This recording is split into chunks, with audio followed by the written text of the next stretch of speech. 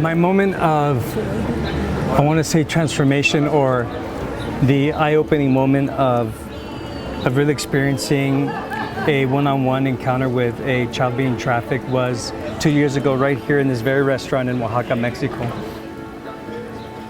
There was a little boy who approached me, who was about 11 years old, and when he approached me, he was selling me gum, candy, cigarettes, and it was about 11 o'clock at night.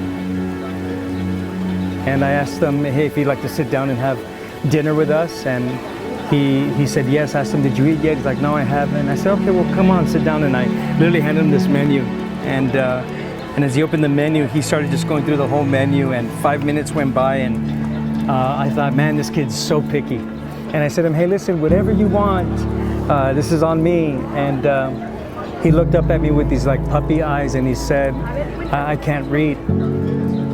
And I looked into it just a little bit more, and I found out that he was brought from Chiapas, which is about, I don't know, maybe about 8 to 10 hours away from here.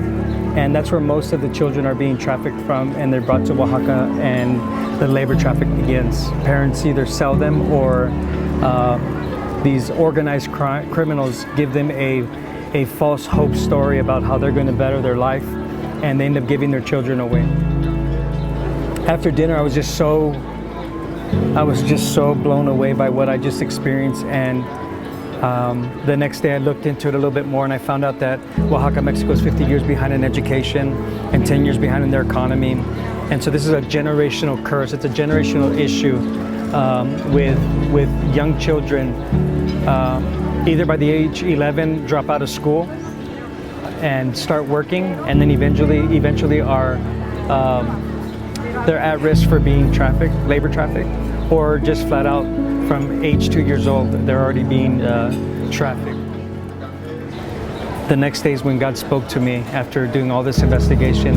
Clearly I heard God's voice say, open a school for me. And we opened a school through our church ministry. And from there, it has increased. It's grown in our heart for my wife and I, that now we want to partner with Zoe and be the type of people that not only give a great education, but we want to rescue children that are labor trafficked, sex trafficked, even organ trafficked in Oaxaca. And so that's our story.